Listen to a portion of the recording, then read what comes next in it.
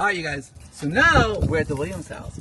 We're in Lynchburg, Virginia. It's our first house tour. It's kind of scary. Anyhow, this is 517 Washington Street here in Lynchburg, Virginia.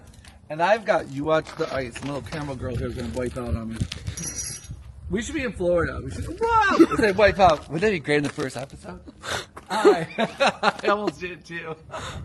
Anyhow, you guys, this is 517 Washington Street.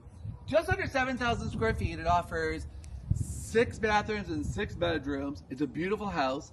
It started construction. I got a story I'm going to tell you about it first, and we're going to tour the house. This is interesting, Kelly. You know the story. So this house started construction for the Williams family. They came from the West Coast, from the Colorado area, and they started the construction in 1910. The house was not completed until 1912, when the Williams actually started moving into the property.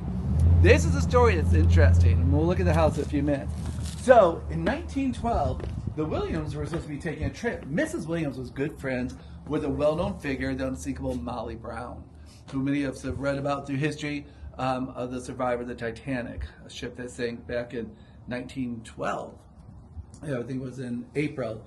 Anyhow, Mrs. Brown was very good friends with the homeowner's wife here, Mrs. Williams. And she had invited the Williams to go with her to Europe. She was estranged from her husband at the time, a very tumultuous relationship. It was unusual for women to be traveling on their own. Mrs. Brown was not your typical lady of the day. She was a philanthropist, but not a high society kind of roller. She did her own thing and spoke out as she felt. She was known for that, I believe. But anyhow, she was good friends with the homeowners here at this house. Mrs. Williams and her husband declined on the trip to Europe with Molly because of the fact that this home wasn't completed yet and they were just moving in. So they did not go on the trip with her. They ended up moving back here to Lynchburg, Virginia from the West Coast into this particular home at 517 Washington. As we all know, the story goes, I think it was on April 14th, 1912, the Titanic disaster. It sank. Molly Brown was actually in Egypt at the time, got called to come home because someone in her family was sick back in Denver, Colorado. She went to get on the Titanic to get voyaged as quick as she could back to America.